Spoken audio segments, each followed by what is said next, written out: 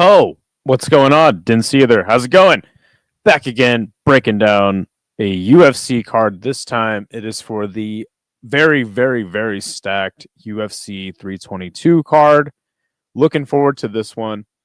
And as I look through the matchups, I'm like, man, there is a lot of really solid matchups on this card. This is a really hard card to make your picks on, to tell what's going to happen. Really looking forward to this one. Two title fights. You've got Wei Li coming up, a weight class to fight Valentina Shevchenko. You've got Islam Makhachev going up to fight Jack Della Magnolia for the welterweight title. What a card and what a Saturday it's going to be.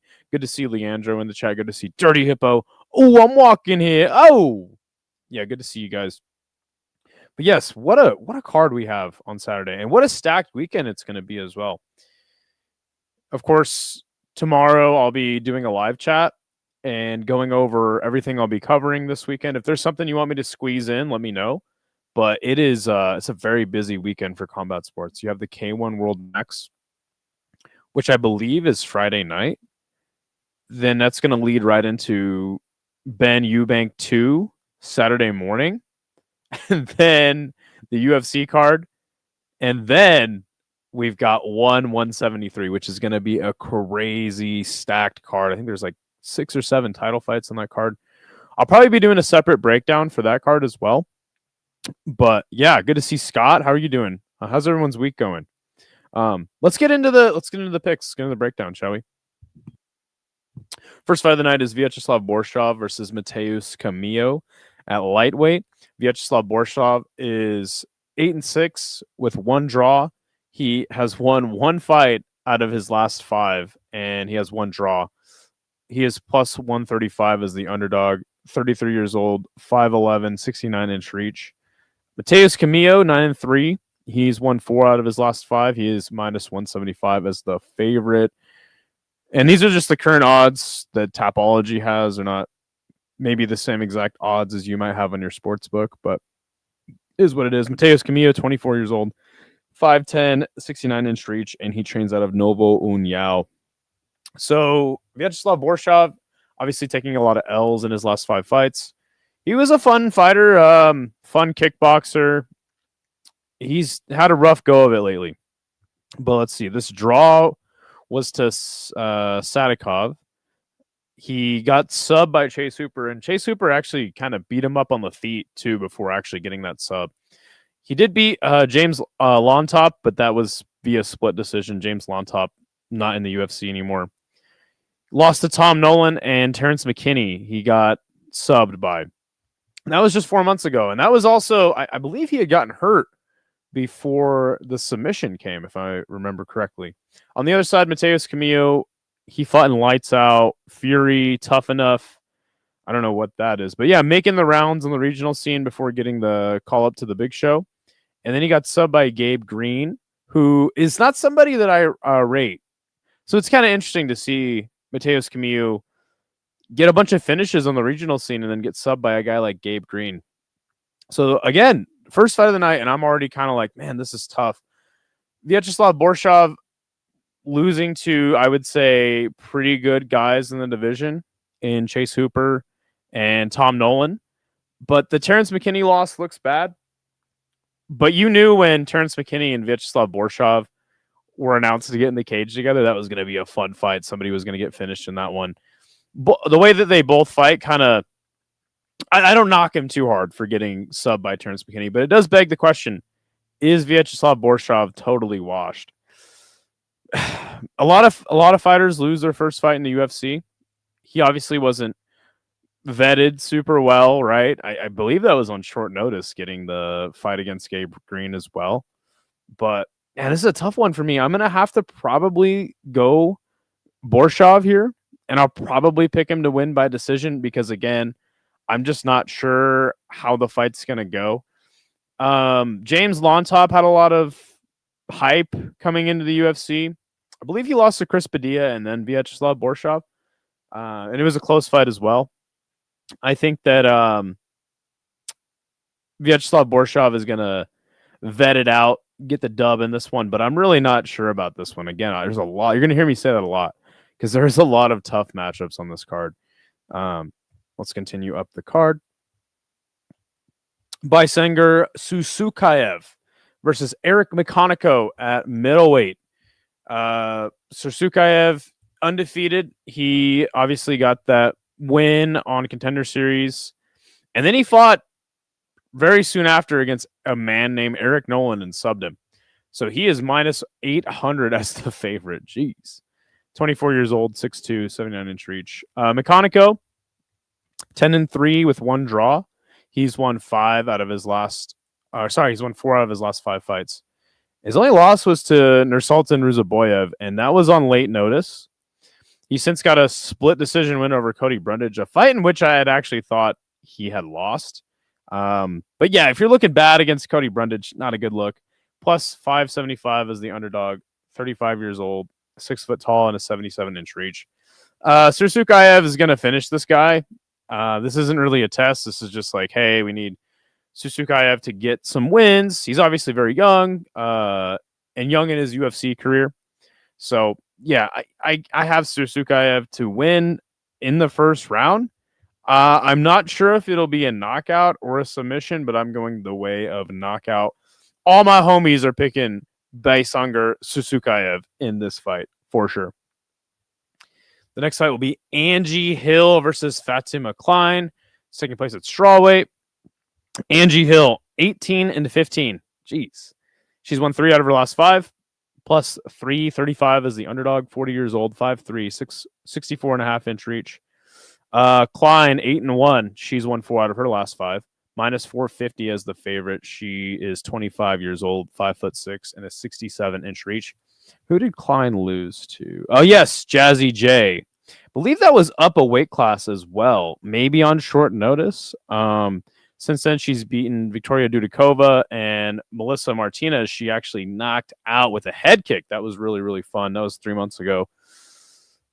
Angie Hill, I mean, we kind of all know what it is with Angie Hill. Like, tough fighter, tough to look good against. Takes these young prospects to a decision and sometimes takes them to split decision too. Sometimes it goes her way, sometimes it doesn't. But I mean, 40-year-old Angie Hill is still out here, giving girls problems, right? I mean, just take a look. I mean, beat Denise Gomez, Luana Pinheiro, not very good. Beat Tabitha Ricci, lost to Tabitha Ricci, close fight. Ketlin Souza, she won a split decision over, and then recently losing to Yasmin Lucindo just 2 months ago. So she's been very active. And I think she kind of needs to at this part of her career, right? I don't have much hope. I don't know how many more dubs Angie Hill's going to get over these prospects. I do know that it's always a good option to throw in a prospect in the cage with Angie Hill, right? It's a good test, and I think that Fatima Klein is going to pass this test. I don't know how good she'll look, so I'm going to pick her by decision. I think it'll still be close at times. Angie Hill probably wins a round, but Angie Hill really has an issue with she has no power. Great technique, great Muay Thai style. Just doesn't have a lot of power, and sometimes she's able to get out wrestled by girls, and that creates a big problem for her as well. But man, she is solid. I don't see Fatima Klein getting a knockout or a sub. If it did happen, I would be super impressed with Fatima Klein, even though Angie Hill is 40 years old. So yeah, definitely picking her to win. Good to see you, Alex. How are you doing, my friend? Tyler, how's it going? Fatima Klein is one of the fighters of all time. Yes, indeed. I mean, that's a good point. Let's see, because she lost to Jazzy J again. No shame in that. Beat Dudikova, who's not good, but got the TKO. And then Melissa Martinez, that was a vicious knockout. She got but it's like she's not fighting the best competition. This might be a little bit too quick of a step up, but she's gotten exciting wins. Went to decision with Jazzy J too, so that's nothing to scoff at. A different kind of fight, solid on the feet as Angie Hill. That's where this fight's going to take place. I would like to see Fatima Klein try to get some, grappling exchanges in, test Angie Hill's grappling against hers. But yeah, I'll pick her by decision. All right, Chepe Mariscal versus Pat Sabatini. Another really tough matchup. It's taking place at featherweight. Chepe Mariscal, 18-6. He has won all 5 of his last 5 fights. This is basically a pick 'em. You have Sabatini as the very slight favorite. He is 33 years old, 5'7", and a 69-inch reach. Sabatini, 20-5 is his record. He's won 3 out of his last 5, minus 125 is his favorite. I just said that. He's 35 now, 5'8", and a 70-inch reach. That's Sabatini, man. Solid fighter. Dangerous on the ground. Gets the sub, has good control. He is good for landing a takedown, at least one every fight, and he's going to try to submit you at least once a fight. I mean, Pat Sabatini's kind of slept on a lot of.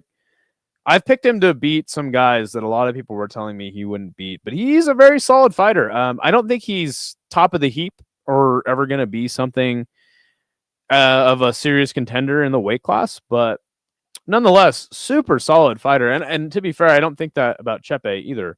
But yeah, I mean, he's 35 at this point, so he's kind of already. I think we've already seen the best of Pat Sabatini.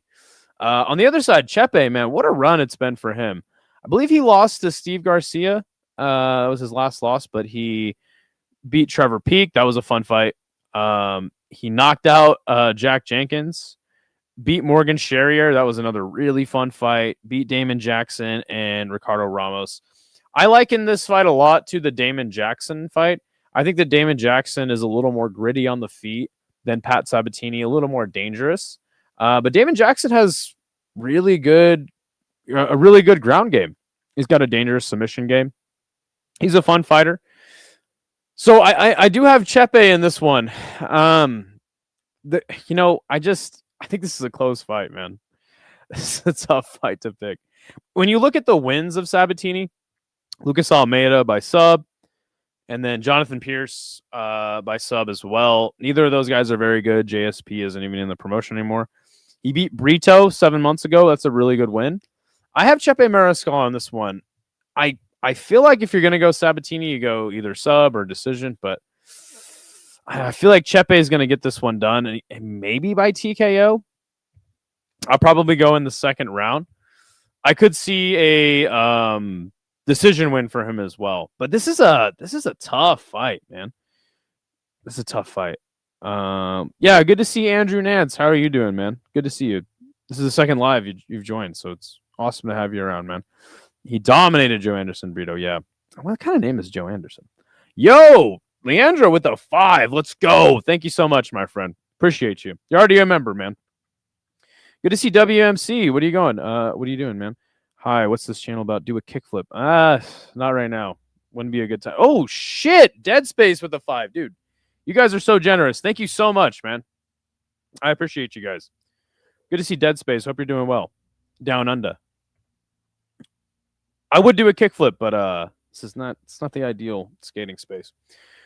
Okay, here we go. Another tough fight, man. Gerald Meerschaert versus Kyle Dawkins taking place at middleweight.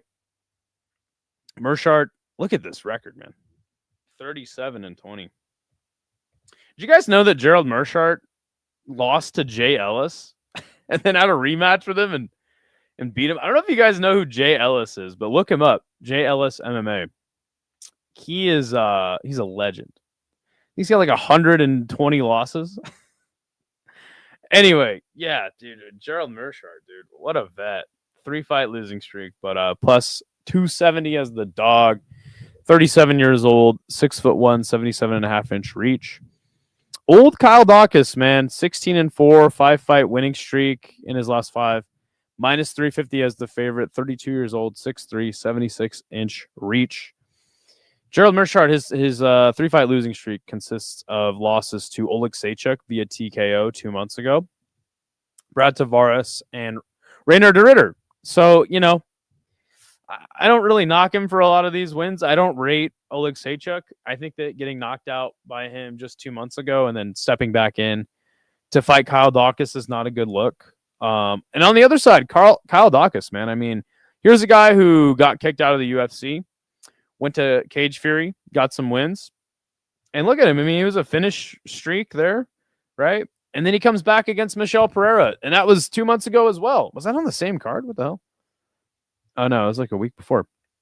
He knocks out Michel Pereira. I never thought he would do that. So he's got a lot of momentum heading into this fight. Dawkins has a really good ground game. I wouldn't say it's as good as Mearshardt's, but he's also got some power, man. So it's a tough one because Gerald Mearshart, I don't want to disrespect the guy. Obviously, I mean, he's 37-20. His record speaks for itself with how limited he is in his skill set. He's very, very slow on the feet. But man, if he gets you down and he gets a sub locked up, I think he's got like the most submissions at middleweight. If he doesn't have the most, he's like top 3. I'm pretty sure he has the most though, which is crazy. I don't know, man. He could slip and fall and find his way into a submission here against Kyle Dawkins. And Kyle Dawkins, I think, would be willing to play the ground game with him. Gerald Mearshart also has this really awkward striking style, right? Where he can catch guys. So you never really know with a Gerald Mearshart fight. Kyle Dawkins obviously has the momentum in his favor. I think that knocking out a guy like Michel Pereira, I wouldn't call it a fluke, but I would just say like I'm not seeing that and then going like, oh, Kyle Dawkins is really good. Like I don't think Kyle Dawkins is ever going to be a serious contender at middleweight. It's a fun fight though. It's a really fun fight. I think there's a chance Gerald Mearshart gets him with a submission. I would say maybe in the first, but honestly, at any point in this round or any point in the fight, right? So I'm going to pick Kyle Dawkins. I kind of have to, right? Gerald Mearshart's giving me no choice, but I'm going to be sweating that pick because Gerald Mearshart, you can just pull it out of nowhere, you know? I'll go Kyle Dawkins probably by TKO, and I'm going to say in the second round. I really don't know. Good to see. Oh, good to see Jimmy the Drunk. How you doing? Mariscal will be way too violent, and it will be evident 30 seconds in. Yeah, I agree, man. Again, I respect Pat Sabatini, man. I think he's a really good fighter, but I just think that I think Chepe is pretty good. Not super great, but I think he's better than Pat. Again, that's another one where it's like Pat could get a sub anytime. It says breakdown the title, but I don't see you doing any dancing. Oh, okay. I need to rename the stream. I need you to become the white Booker T and give me a spin, a Rooney. Break it down now. I'm not doing anything like that, CC, but it's good to see you, man. How are you doing? Michel Pereira flying off the fence like Vega in Street Fighter. Oh, God. I think Dawkins has improved and still improving. I also bet him against Michel. Wow, dude. That's a good-ass pick. Damn. See, I'm trying to be nice, but okay, remember when Kyle Dawkins, how old is Dawkins? That's a great question, my friend. 32. And at middleweight, that's, he's still got a lot of gas left in the tank at 32. Yo, good to see Degenerate Dane. Shout out to LVBC. Let's go.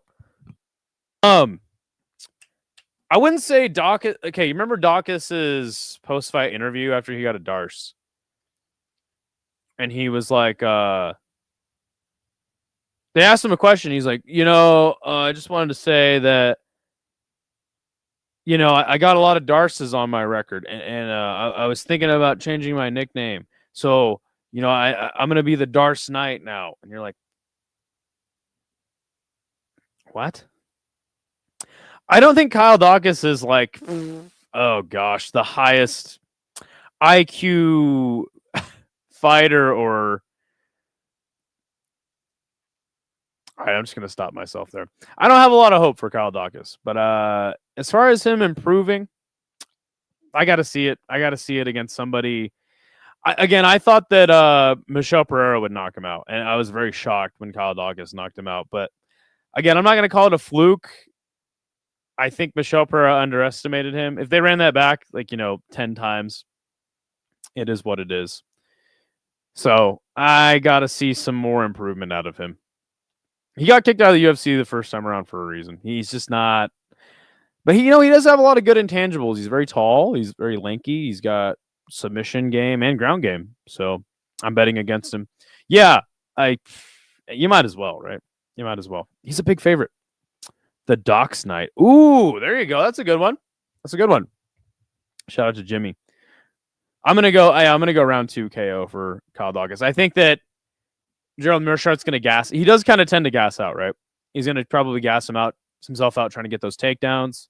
And then you'll see Kyle Dawkins try to finish him off. But again, it's like Paul Craig. When Kyle Dawkins drops him and goes down the guard, does he get caught in something? It could happen. Cameron Jesus Christ. Malcolm, I keep calling him Cameron. I think he's like Cameron Smotherman. But anyway, Malcolm Wellmaker versus Cody Haddon is taking place at bantamweight.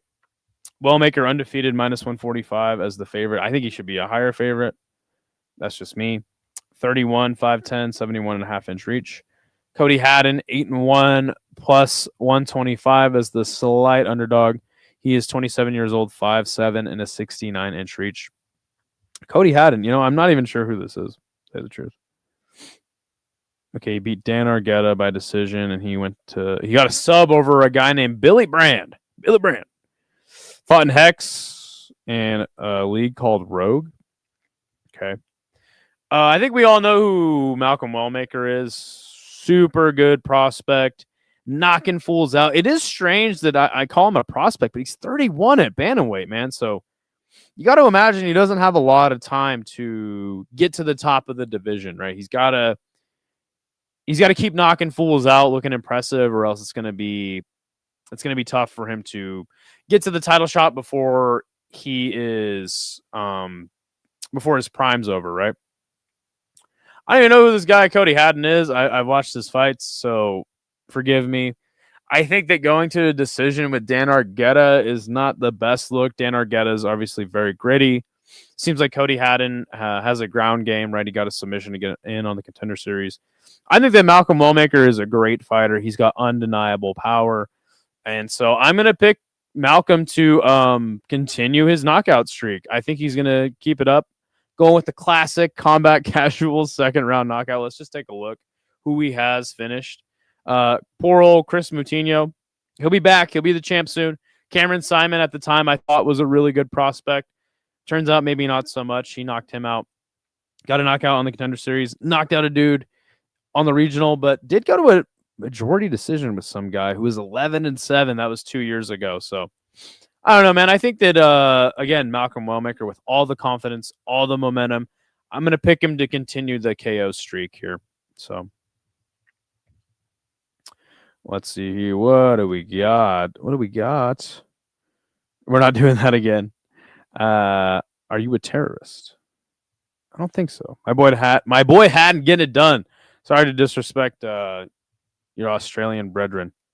GM3 loses 14 minutes, lands a submission with 35 seconds. Everyone says it's rigged. I see the future. Damn. Oh, thank you, Dirty Hippo. I appreciate you. You know Durden? I do. Billy Brand is a guy you meet at a random Waffle House. Probably. Huge length and reach advantage. I'll be rooting for Haddon, but feel they set him up to lose versus Malcolm. Sure. Yo, good to see BK. I would take Haddon if it wasn't short notice. Oh, okay. What was it on short notice as well? That definitely affects his chances of winning. Probably. I mean, but again, they always talk about, like it's short notice for the other guy too. I think that it is always a disadvantage, right? Stepping in on short notice. You rarely see guys get the dub in short notice fights, right? At least it's not an hour before the event, like fucking Dan Ige. Haddon with the wrestling. Okay, yeah, so he's got a ground game. Again, I don't even know who this guy is, like, tell you the truth. I do all my research on my pick show, by the way. So that's why they suck ass. But good to have everybody in this stream. All right, Aaron Blanchfield versus Tracy Cortez 2. I didn't even know they fought. Whatever. Blanchfield is 13-2, minus 235 as the favorite. She's 26 years old, 5'4", and a 68-inch reach. Tracy Cortez 12-2, won 4 out of her last 5. Plus 190 as the underdog. She's 31, 5'5", and a 65.5-inch reach. When did they fight? Hold on. Oh, God, she beat Justine Kish. That's a shitty win. If you guys know about Justine Kish, you'll understand that joke. Sorry. When did they fight? Hold on, I got to look this up.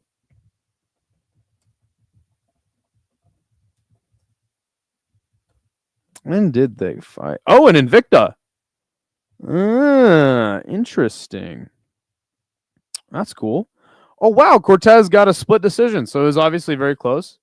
That was Blanchfield's 4th professional fight, and Tracy Cortez's 6th.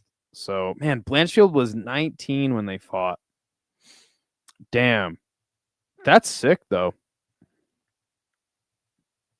That's super sick. Man. All right. Well, there you go.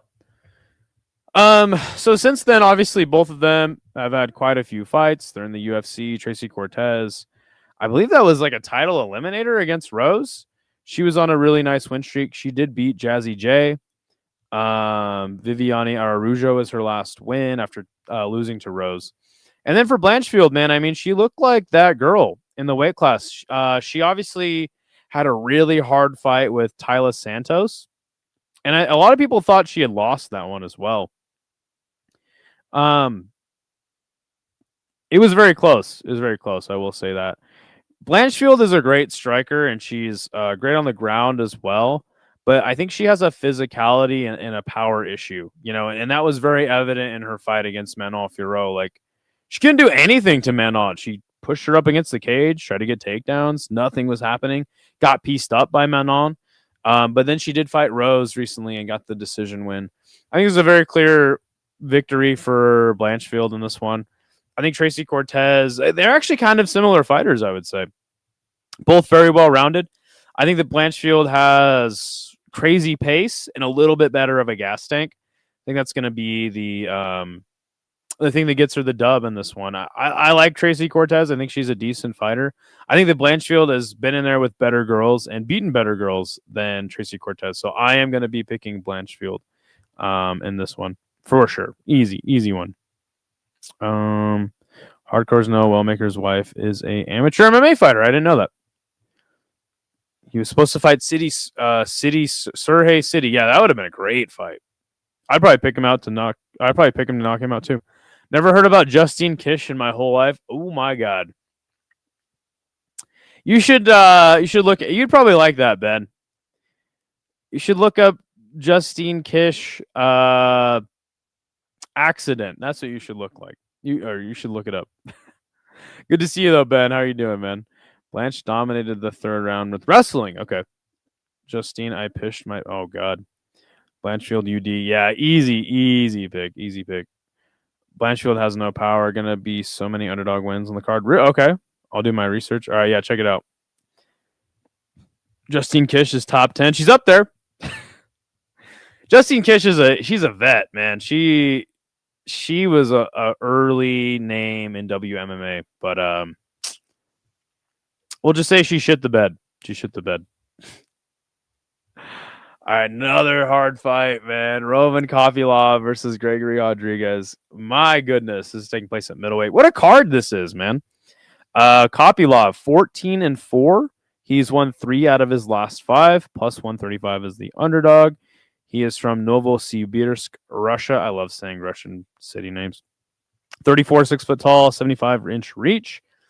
RoboCop, 17-6. He's won 4 out of his last 5, plus 160 as the favorite. He's 33, 6'3", and a 75-inch reach. This is a sick fight, man. Let's take a look at Gregory Rodriguez's wins in his last 5 fights. Dennis Talulin sucks. Tavares KO. Not a lot of dudes are knocking out Tavares. Beat Christian Leroy Duncan. Lost to Cannonier. And remember, he was winning the fight. Cannonier caught him late. That was a good fight, too. And then he just bullied Jack Hermanson. Man, that was sad. Kopylov beat Josh Fremd. He sucks. Lost to Hernandez via sub. Beat Cesar Almeida. It was a close fight. Knocked out Chris Curtis. I think Chris Curtis probably complained after that one. He's like, no, it was still good. But then he had that fight with Paulo Costa, and I was like, what the fuck happened to Roman Kopylov? Costa bullied him, dude. Like, bullied him. Kopylov couldn't do shit to Costa. This is a weird fight. I was like, dude, who is this guy? And then he's fighting 3 months later. Strange. Very strange. You would kind of be like, okay, Rodriguez bullies Kopylov. I've said this before about guys that have lost to Rodriguez. Like, he just outguns people. He's a massive human being. Let's see, how tall is he? 6'3". He's got three inches on him. They have the same reach. Thing about Kopylov though is I believe he will be the more active fighter in this one. He'll be throwing more volume. I don't know, man. I never like to look at one loss and be like, oh, that's them now, right?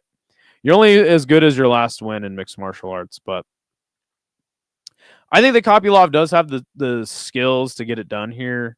Maybe get a late stoppage.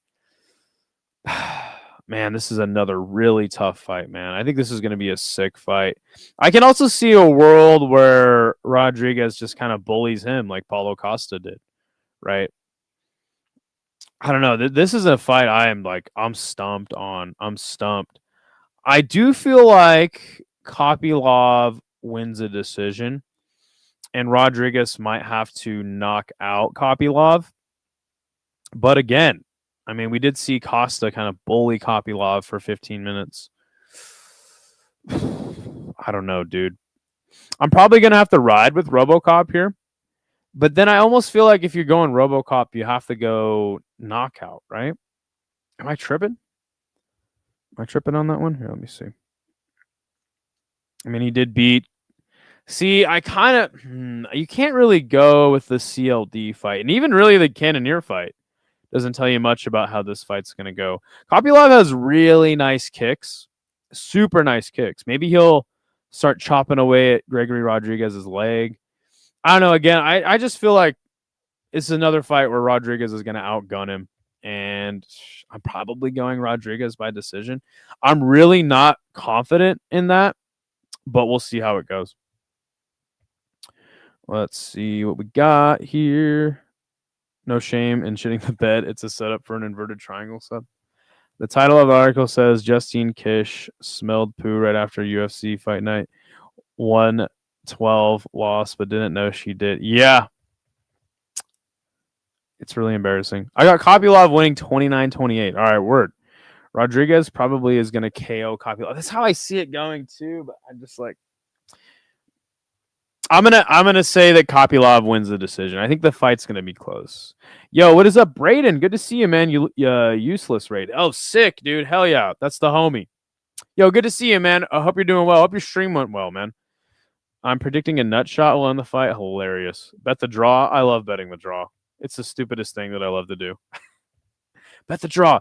Middleweight fights too. You never know, dude. Like they fucking end weird sometimes, right? I'll go RoboCop decision. I'm not confident in this at all. Again, this card is like there's so many good matchups on this card, man. Let's continue though. Let's keep going up the card, shall we? Bo Nickel versus Rodolfo Vieira, taking place at middleweight. Bo Nickel 7-1, minus 230 as the favorite. 29 years old, 6'1", 76-inch reach. Vieira is 11-3. He's won 3 out of his last 5. Plus 195 as the underdog. 36 years old, 6 foot tall, and a 73-inch reach. So I'm probably picking Bo Nickel here. It'd be hard for me not to. And I think if Petrosky can beat Vieira, right, and stay away from a submission, I think Bo Nickel can too. Bo Nickel is pretty fast. A lot faster than Petrosky on the feet. But one thing I gotta give Vieira credit for is that last fight, dude. He had a jab like a piston. I was very impressed with his jab. Basically won the fight with a jab. Pieced up Tresean Gore. Was very, very impressive. I think that Bo Nickel's got a little bit too much speed for Vieira to effectively land that jab throughout the course of 3 rounds. I honestly, I guess it's on the table. I just really don't see Vieira getting a sub over Bo Nickel.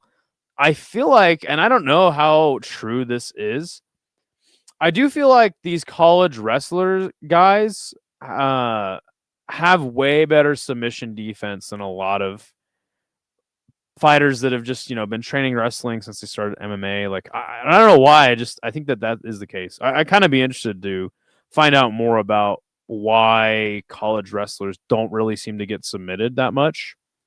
Maybe it's because they're just active on the ground and they never really get themselves in that position. But again, it is on the table. I mean, Rodolfo Vieira, I think he's literally one of the best grapplers ever, if I'm not mistaken. at least in a gi or something like that. He's a really high level grappler. I mean, he's won plenty of top BJJ competitions. But yeah, Bo Nickel, he did lose to Rainier de Ritter, and he got fucking kneed right in the body, and that was sick as fuck, and we all cheered. De Ritter is a very awkward striker, and it kind of makes sense why De Ritter beat him, you know? But yeah, I got Bo Nickel here. I don't know how he gets it done, though. I'm going to probably pick him by decision. I could see a TKO, but I think that Bo Nickel, I kind of gave him the benefit of the doubt and saying, like, he would be improving constantly, right? But it doesn't seem like much improvement really comes out of Bo Nickel, I got to say, man. I know he's still pretty young. Let's see, how young is he? Yeah, 29. I don't know, man. I think he's not even that fun, you know? It's like, I know a lot of fans hate Bo Nickel, but I do respect the man's game. I don't know. I'm going to pick him by decision. Rodolfo Vieira does have a gas tank issue that it seems like he has fixed, but maybe you go third round TKO or something for Bo. I don't fucking know, dude. I think this fight's gonna kind of suck, to be totally honest with you. But anyway, real ones picked Holland to KO Hamza just in case it happened. Smish the like, brother. Yeah, thank you, Dynamic. Good to see you, man. They have a lot more positional awareness having grown up wrestling. Okay, that's what it is. He doesn't train striking, I swear. Bo Nickel hasn't changed up his training. He spends most his time at Penn State and only goes to Coconut Creek for 6 to 8 weeks for training camp. God damn it, dude. Yeah, that's the thing, man. Like, what? I guess if it ain't broke, don't fix it. But, you know, RDR kind of broke it. So we'll see if he cleans up his act a little bit. I don't know, man. I don't have high hopes for Bo Nickel. And I never really did, to be totally honest. Like, I wasn't like one of those guys being like, he beats Izzy right now. You know what I'm saying? Remember when people were saying that when Bo Nickel was coming to the UFC? They're like, give him Izzy. I bet he beats him right now. You know, I wasn't ever really that high on him. I think he obviously has a lot of wrestling skill, but you see it with these one-dimensional fighters, right? They have one skill that's like their bread and butter, right? And it never really gets them too far in the UFC. And that's why I respect Rodolfo Vieira for getting that. I mean, that jab was so crispy. So who knows? Maybe he can pull out the dub here. I just think Bo Nickel's a little younger, faster, has a better gas tank. So that's kind of why I'm going with him. I'm going to go third round TKO. I'm not confident in that. I was switching between decision and TKO. So we'll see. What a card. What a card, though, man. Next fight, Benny D versus Benoit Saint Denis. This is a tough one again. Benny D, 23, 6-1. Won 3 out of his last 5. Plus 155 as an underdog. 36 years old, 5'10", 72-inch reach. BSD, some people say I look like him. I don't see it. I'm not French either. 15-3. He is won 3 out of his last 5. Minus 190 as the favorite. 29 years old, 5'11", and a 73-inch reach. If we look at Beneil Dariush's last 2 losses, they are to Charles Oliveira and Arman Sarukian, and they finished him something fierce. I think I picked Mateus to beat him, and I think I picked Moicano to beat him as well, and he fucking schooled both of them, man. So when I take a look at this matchup and I think about Benoit Saint Denis really improving his grappling in the last 2 fights, I'm like, dude, it doesn't fucking matter against Beneil, you know? And not only that, like, Beneil has power. Like, he's fucking hit dudes. Like, he's got one-shot power. So this is a tough one for me. I am going to probably have to pick Benoit here, just based on the simple fact he is the younger guy. And I really have thought that Beneil Dariush has been losing a step for quite a while. But then again, he just fucking comes out and he handles Gamrot. That was 3 years ago, I understand. Gets finished by Charles and Arman. And then he comes back and handles Moicano, man. And I thought that fight was really close, by the way. I think I might have thought Moicano won, but then it was a UD, and maybe I was in Australia. I was hanging out with some Kiwis, so maybe I got a contact high from all the weed where they were smoking. But yeah, I kind of thought Moicano had won. Obviously, Benoit knocked out Frivola, got that fight with Poirier maybe a little too soon, got slept, and then got destroyed by Moicano. Like Dustin Poirier took his soul, or maybe, I don't know. Dustin Poirier started the soul taking, and then Moicano clowned him. It was nuts.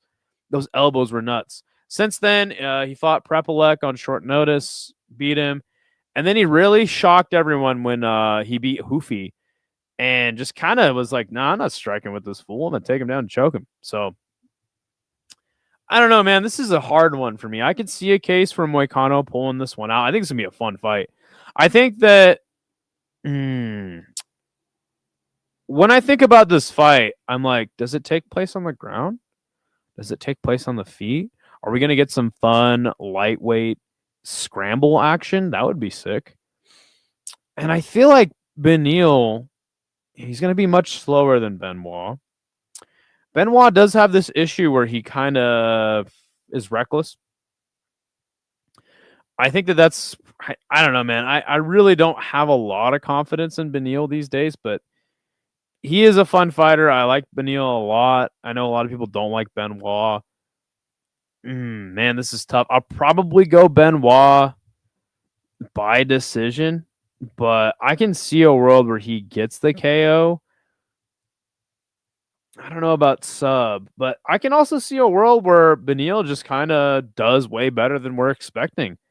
And he handles Benoit, right? And he takes that recklessness of Benoit and he stays patient and he makes him miss, as the rounds progress. I think Benoit's going to come out really hot in the first round. So we'll see. We'll see how it goes, man. I think Beneil is a very fun fighter. This is a tough one for me to pick. I am going to ultimately go for Benoit Saint Denis here, though. Izzy is a better matchup for Bo than RDR. Yeah, probably. I remember a guy saying Bo beats Hamzat right now before Bo debuted in the. You remember that? Remember people were like saying Bo's like a champ, right? And you're like, what? I do think Beneil has a super good chance here too, but still going BSD by athleticism somehow. Yeah, it's a tough one, man. I think BSD gets it done. Moicano did not win that. Okay, so I'm not the only one that thinks that. Oh, okay. You're saying no, he definitely didn't win that fight. Sure, I don't really watch fights back, honestly. For some reason, I was like, oh, Moicano's got this. I think I picked him. Maybe that's why. Every time I go against Dariush, that's what I'm saying. That's what I'm saying. So pick Benoit Saint Denis on Tapology and put $5 on fucking Dariush, I guess. All right, let's continue up the card.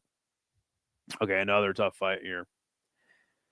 Oh my gosh. Leon versus Carlos Prates. Fucking sick fight. Leon Edwards, 22-5.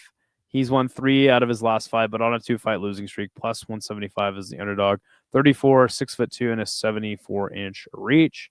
Carlos Prates, 22-7. He's won 4 out of his last 5. 32 years old, 6'1", and a 78-inch reach. Man. So I mean, when you take a look at this fight, I mean, obviously Prates big favorite, right? You're like, oh, Prates probably knocks out Leon, right? But then I look at the Ian Gary fight, and I realize that Carlos Prates, if you just don't engage with him, right? You just kind of let him swing and you pick your spots, you can beat him. That's what Ian Gary did. But obviously, Prates did find him in the 5th, hurt him, nearly finished him. Ian Gary wins the fight, right? A lot of people hated that shit. I know a lot of people hate Ian Gary, but you got to give him credit, man. He has this way of slowing the fight down, making you fight on his terms. And Leon Edwards does that too. I think Leon is a great striker. There's not really a fight in recent memory that you can really compare this fight to, right? Because Bilal kind of clowned Leon, and he did it with pressure, right? So you kind of go, okay, well, I guess that doesn't matter much that he's patient, right? Carlos Prates is going to pressure him and knock him out. But yeah, so Bilal did it with pressure, but he also mixed in the grappling. I don't think Carlos is going to do that. I think he's going to try to keep it on the feet the whole time. And then obviously 7 months ago, Sean Brady clowned Leon Edwards. This fight I did not actually watch, but By all accounts, he absolutely clowned Leon and ended up getting the sub. I think it was like in the third or fourth round, wore him down and clowned Leon. So it's tough because Leon took a L, like kind of standing, grappling, right? And then took the L, got dominated by Sean Brady in the wrestling. So all signs kind of lead to Carlos, clowning Leon on the feet, getting that KO, right? And I don't know, man. I'm not gonna sit here and say like it's a 1-to-1 comparison with Ian Gary and Leon, and then you're like, oh, like, well, Ian Gary did it this way, so Leon's gonna do it the same way. I just do think there is a chance that could happen. I really, really do. I think you either go Carlos Prates by KO or you go Leon by decision, and I really don't think there's any other way it's gonna go. Leon is a great fighter. Him and his brother Fabian have this issue where they're just too goddamn patient. And you're just like, come on, throw something. But I think in this fight, that's going to be an advantage for Leon. I don't think that if Leon goes in there and tries to strike with Carlos Prates, like have a slug match, I don't see it ending well for him.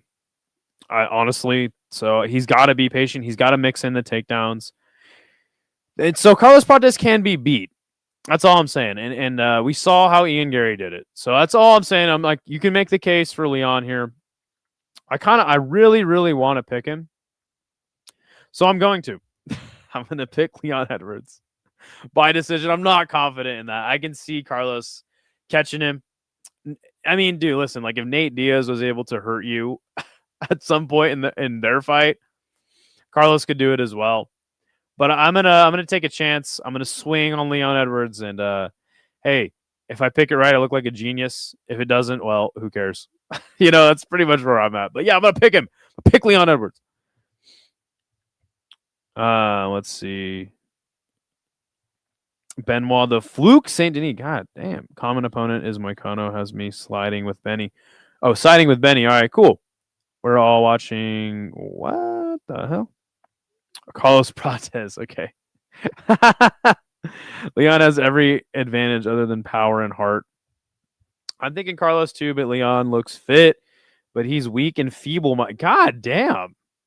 The fans hate the fuck out of Leon Edwards, man. It will take less to finish Edwards than it would take to finish Gary. I think that's true. I think that is true. I'm riding with Leon, guys. Fuck all y'all. Fuck all you guys. I'm picking Leon. Go fuck yourself. All right? Hate me. Sue me. Report this video for slander and lies and scams. I don't care. I'm riding with Leon Edwards here, man. But seriously, if Carlos Prates knocks out Leon, are you guys going to be like, oh, dude, Carlos is like, he's a monster. He's going to be the champ. I'm not. I'm really not. Even though sounds fucking counterintuitive because I'm like picking him to lose. I think there's a good chance he knocks him out. Yes, Frank. It's fucking K1. Let's go. I big up Leon. We can talk about Willis. Yes, there's a K1 this weekend, dude. I'm so pumped. It's a fucked up weekend for me, though, dude, because I think isn't K1 Friday night? And then you have Ben Eubank 2 in the morning. Fucking UFC in the afternoon till night. And then isn't that 173 card on? I'm going to be streaming I might be streaming for 24. I might do a 24-hour live on this goddamn channel. Fuck. Well, I almost fell asleep on stream for Rise on Sunday. So come by, hang out, stop by, kick up your feet. Watch me pass out on stream. All right. We all know that Carlos Prates will be champ. We all believe. Nah, I don't think he is, man. Good to see you, though, Frank, man. Hope you're doing well. Let's keep it rolling. Another tough fight. Sean Brady versus Morales. Fuck. Shit.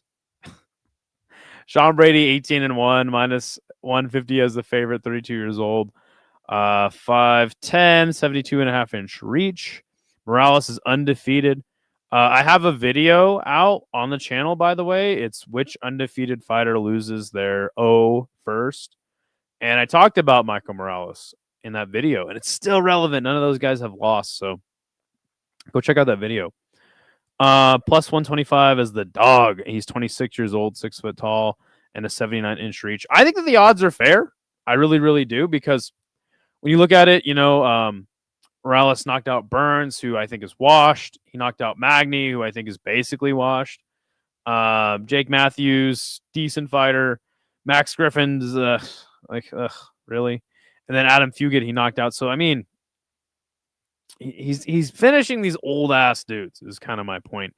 Sean Brady took a huge L to Bilal, and he fucked him up with the hands, And then in the fight before that, Chiesa fucking broke Sean Brady's nose. I don't know if you guys remember that. Michael Chiesa, of all people, broke Sean Brady's nose on the feet, dude. And you were like, what? I was like, yo, fuck Sean Brady? What? Bilal KOs him. And then he fights Kelvin, and I'm like, subs him with a Kimura. I'm like, okay, not impressed.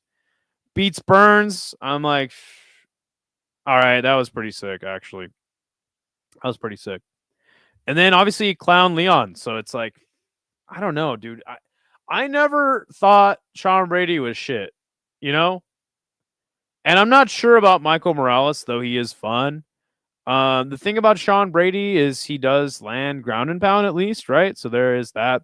This is kind of a classic striker versus grappler match, right? Have we really seen Morales tested on the ground? I don't think we have. Now I kind of want to go to UFCstats.com. Let me see. 1 second.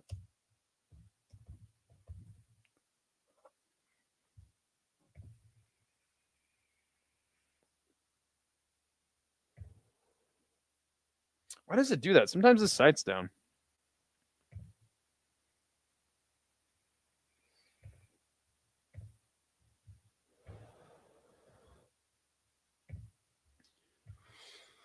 Oh, gosh. Let's see. View matchup.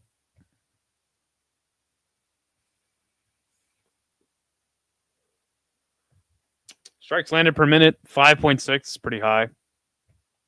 3.2. He's got like a 2 differential. Not bad. But shit, Sean Brady, he has a way worse differential with 1. 55% accuracy, 49 for Michael Morales. Sean Brady's defense slightly higher.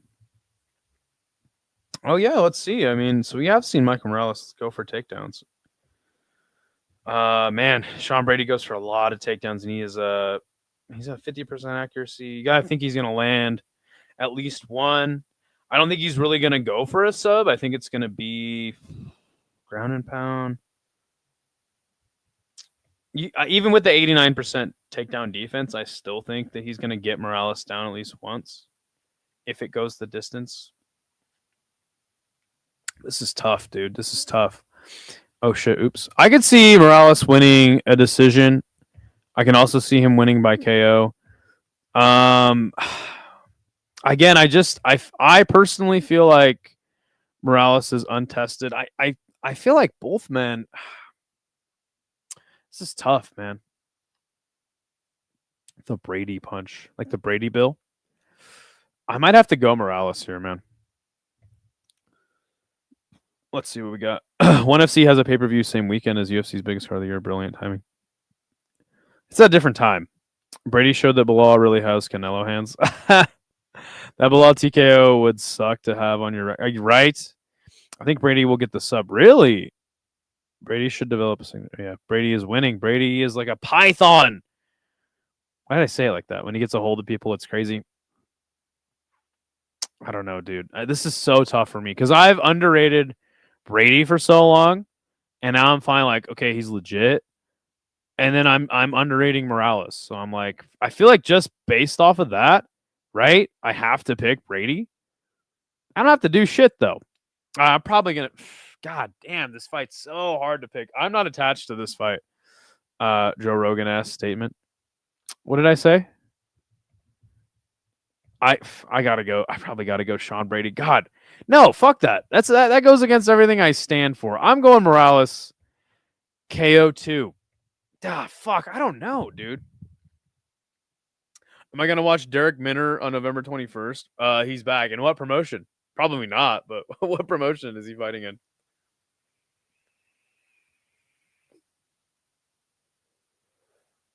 I have no idea who's gonna win this fight, guys. I really don't. I love the fight though, man. Welterweight prospect match. So sick, man. Oh, you're okay. You're saying your comment. Brady's like a python when he gets a hold of people. It's crazy, man. And Benson Henderson, he invented low kicks. He had a toothpick in his mouth. And also, people should fight in a padded basketball court, and there should be no referee stand-ups. You waffling. I have that feeling in my balls. Morales gets it done. God damn, dude, you can't go against the balls feeling. That's really that's like over gut feeling. Actually, you know what? Dead Space, you probably get that checked out, man. You got a weird feeling in your balls. You might want to go to the doctor. I'm not gonna lie. Yeah, I am waffling. I don't know who's gonna win this fight, dude. Should we just like flip a coin? That's what we should do. I don't have a coin. Oh, I might have a coin. Hold on.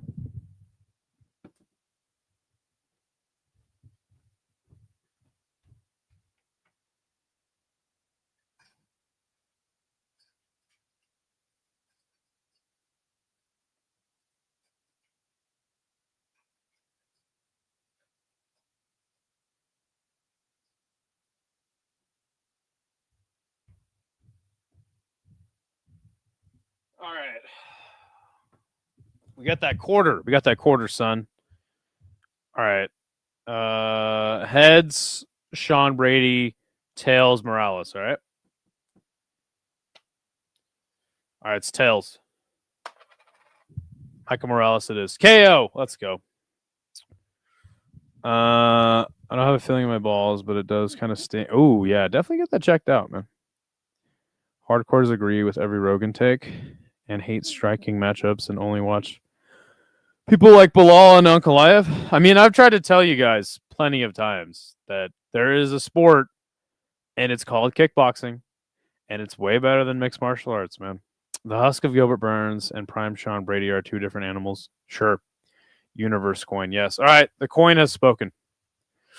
This is another coin flip for me, man. Valentina Shevchenko versus Weili Zhang. My goodness. Valentina Shevchenko, 25-4-1. She is 3-1-1 in her last five, minus 130 as the favorite. She is from Kyrgyzstan, and the only reason I remember the capital of Kyrgyzstan is Bishkek is because of Valentina, right? Because I think of like bitch kick, like you kick a bitch. That's what Valentina represents, you know? So it makes sense why she's from Bishkek and she's got nice kicks, you know? But she's 37, 5'5", 65.5-inch reach. Look at Wei Li, man, 36. What the hell? Like, when did Wei Li become 36? But she is undefeated in her last five. I think her only loss in the UFC is to Rose, right? Right? Anyway, she's 26-3. This is basically a pick 'em, but Val is a slight favorite, and Wei Li is the ever so slightly the dog. She's 5'4" and a 63-inch reach. Man, it's crazy that Wei Li is only an inch shorter than Valentina. That might be wrong too, by the way. Man, what a fight! What a fight! What a fight! I was talking the other weekend. I was like, you know, Valentina is kind of boring at this stage in her career. She's very careful and calculated. Knows how to win the rounds, right? Does enough to win the rounds. I thought she lost to Manon Fiorot, to be fair. It was a very close fight, though. I didn't think it was like a robbery or anything. But I think Wei Li has a style that's going to make this fight very fun. I do feel like Valentina... See, because this is the weird thing, is like she waits, and then hip toss, and you're on the ground with Val. She doesn't do a lot from the ground anymore, though, you know? But you got to always take into account that the judges favor grappling so much more in women's fights. It's just a fact. So that might give Val the edge here. I'm rooting for Wei Li. And Wei Li is in nuts shape for this, dude. You see Wei Li? Gosh, she's chiseled. I I don't know, dude. This is so tough. One thing that does give me some hope for Whaley, again, I am rooting for her in this one, is that fight with Tatiana, right? Tatiana couldn't do shit to Whaley, dude. She got clowned. She got clowned by Whaley. I think that Valentina ain't no Tatiana Suarez. I think she's got trickier ways to get the fight to the ground, right? Also, think about this, dude. What if Whaley goes up and then loses to Val? And then what? She's got to go back down and fight Dern? Like, be kind of weird, right? I think she'd beat Dern. I don't really know, dude. This is such a sick fight. I love this fight so much. Two of the best women to ever compete in the sport, right? What a awesome, such a sick fight, dude. I love this fight. Ultimately, I'm gonna pick Whaley. I'm kind of just like hoping she gets it done. I think that the 5 rounds kind of favors Val. She takes a little bit to get going. I think it does favor her, but I think this will be a very close fight. I'm gonna go Whaley by decision. I think that she's going to be the more active fighter. She's going to be pressing Valentina a lot here. And I think that that's going to win her the rounds. I think she's going to win 3 rounds. I think it's going to be a super, super close match. So I wouldn't put it against you for picking either fighter in this one. So, all right, what do we got? A lot of comments on this one.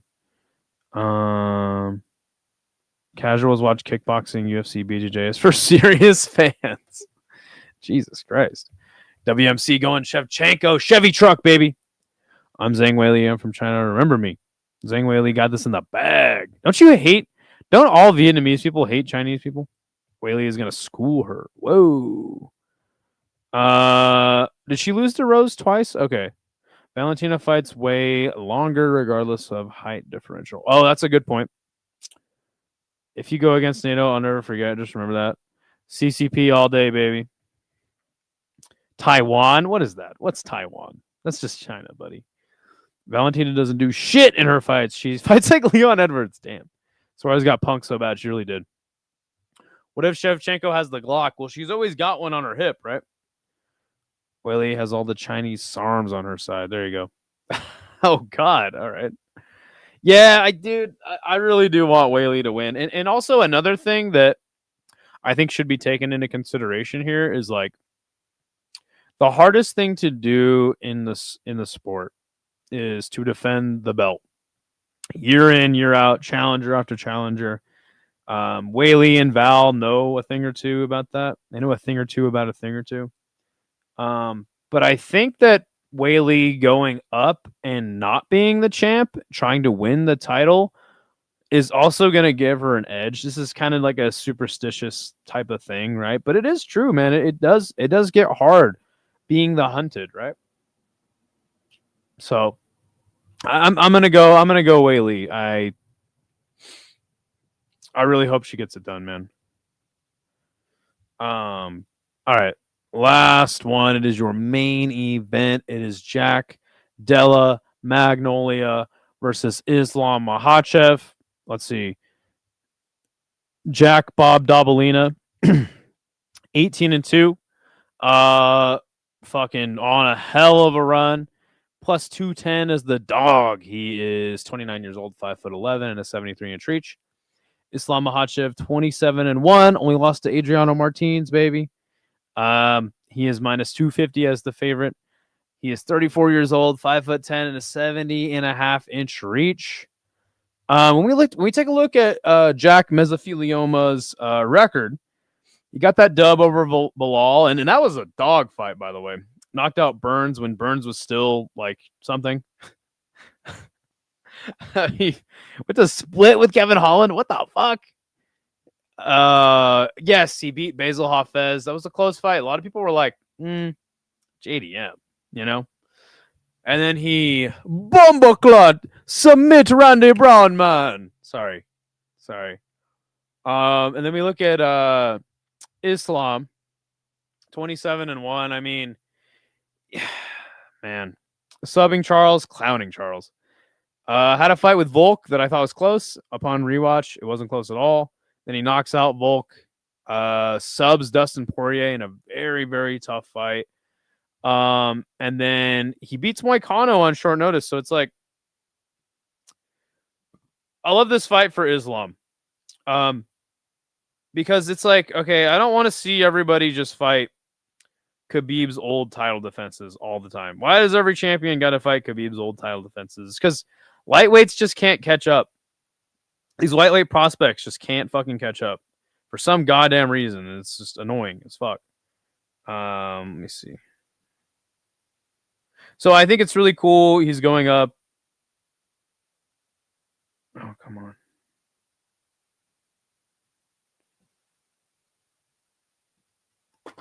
Sorry, I'm trying to find something.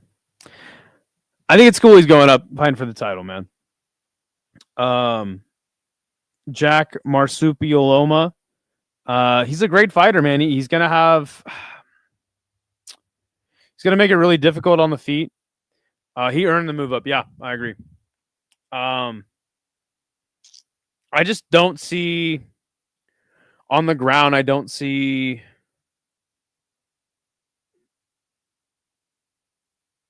Jack Martingale doing shit against Islam. I really don't. I think Islam's a pretty big lightweight, right? So I don't know if the size difference is going to be too much. Here, let's see. Yeah. Jack menstrual cycle. He's not much bigger than Islam, right? I honestly I can't pick against Islam in this fight. I just can't do it. Is there a chance Islam will KO him on the feet? If he did, it'd be with a kick, bro. It'd be with a kick, like a high kick that he just doesn't see. I'm gonna say that Islam gets the dub via decision here. Maybe by sub. Ooh, by sub. Second round sub.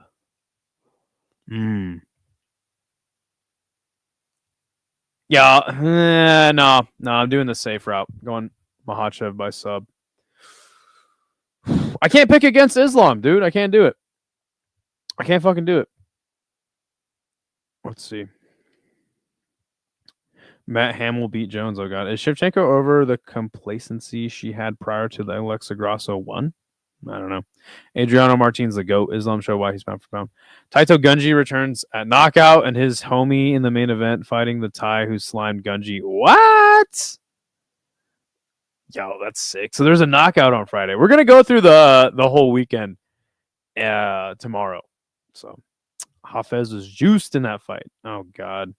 JDM TKO 4 or 5. So you think you see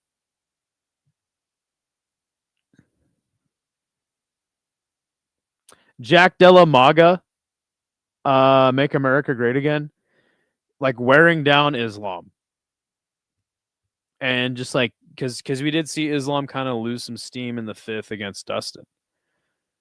Interesting. That's why lightweight is no longer the best division. Yeah, it's featherweight. Islam finishes him in 10 minutes. God damn. Islam will gas at all the additional water weight. That's a good point. That might affect his cardio a little bit. Sure. Lighterman's skill will be demonstrated in this fight like never before. Jeez, Tyler is on one. JDM by round 1. Buggy choke. Islam pound for pound to me. And the UFC has Pants, Marab, and Ilya. I'm biased, but I can see him doing enough to get the later rounds and putting the pressure on him. Sure. JDM has the best body shots of any Islam opponent. I can't pick against him, bro. Jack Magnum PI is a very good fighter.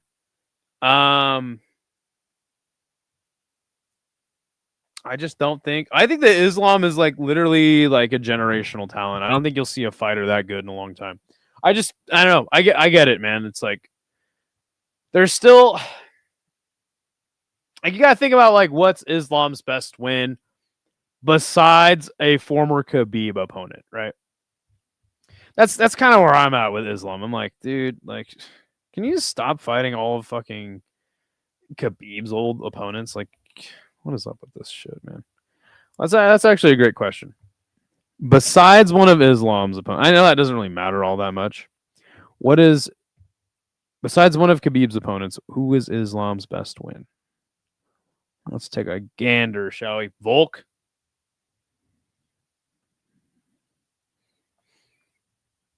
It's Volk. Armin. Volker Armin. That was his first. That was Armin's first goddamn fight. Yeah, it's Volker Armin. Those are good wins. Those are good wins. Fair enough. Yeah. There you go. There you go, guys. Alrighty.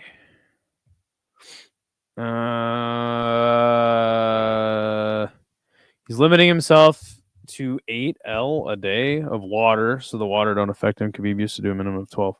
How do you know all this? It's weird. People forget, man. JDM put Craig Jones to sleep in training. He's on creatine, which is all water weight.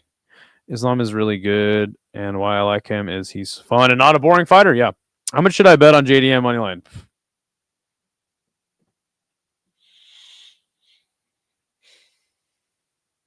I don't know, like $10. I don't know, dude.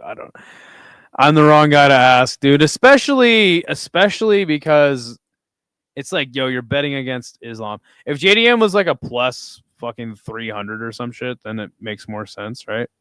But you should ask my boy CC. CC should answer that question. Yeah, Volk. Charles, you guys are hilarious. You guys think Charles is MMA god? Yeah, Volker Armin, you're absolutely right. Ulysses. Charles was peaking. Oh god. Ilya got to fight washed up Charles for a double champ status. So true. Well, Islam has to fight a guy on an 18 fight winning streak, right? Dog, Islam is my number one favorite fighter. What are you talking about? I know everything about Islam.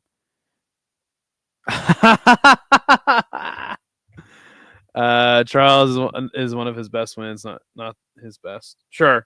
Armin was short notice and Armin debut. Yeah, dude, that's crazy. I wish we could have seen that again, but anyway, guys. Tomorrow, live chat. We'll talk about anything you want. We'll make the schedule. We'll be fucking dude.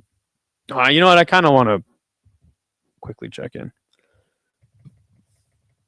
I'm gonna quickly check into that real quick. Yes. No. Seeger Baka Hitman doesn't have it up yet, but we can check Typology. Yeah, hold on. Actually, I'm more interested in when the K1 World Max is. Let me see. That's all I care about around here. Kickboxing. Yes, the K1 World Max on the 15th. 11 a.m. Jesus Christ. How many fights are on this card? 1, 2, 3, 4, 5, 6, 7, 8, 9, 10, 11, 12, 13, 14, 15, 16, 17, 18, 19, 20. There's 20 goddamn fights on this card. Oh, we're so fucked. Oh, God. Islam told me he's black. Oh, God. Yeah, it's a good time to end the stream. Oh, God. Did you see I said Minner was fighting on... I don't give a single fuck about that. I don't care at all. Oh, God. I'm so fucked this weekend, guys. I'm going to be probably live for 24 hours. Because I think the UFC card runs... I think that Ben and Eubank runs into the UFC card, which runs into one. Like, I think they're all, like, one right after the other. So... I might be, like, totally fucked. Let's see, what time does Ben versus Eubank 2 start?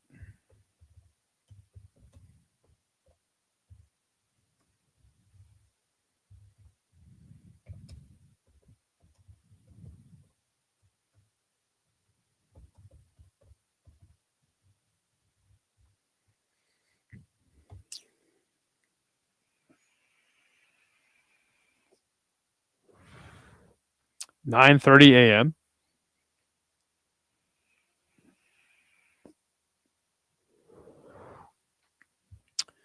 What time does the UFC start?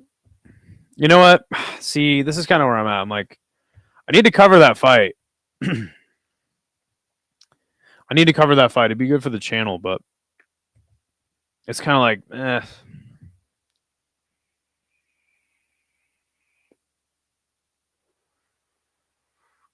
All right, guys. Anyway, we'll go over everything tomorrow. All right. I got to go. I got to go to work super early tomorrow. So thank you, everyone, for joining the stream. Thank you, Leandro, for the 5 and Dead Space for the 5. Thank you guys so much. Join the live chat tomorrow. We can talk about whatever you guys want to talk about. Good, bad, and indifferent. We can get crazy. All right. Anyway, it's time to wrap it up, boys. See you guys later. Have a great rest of your week. I'll see you tomorrow for the old live chat. Peace. What the hell? Yo, the sign is real simple, B. It says wrap it up. Wrap that shit up, B. I don't think that's a good idea. Man, you want some too? You better wrap it up.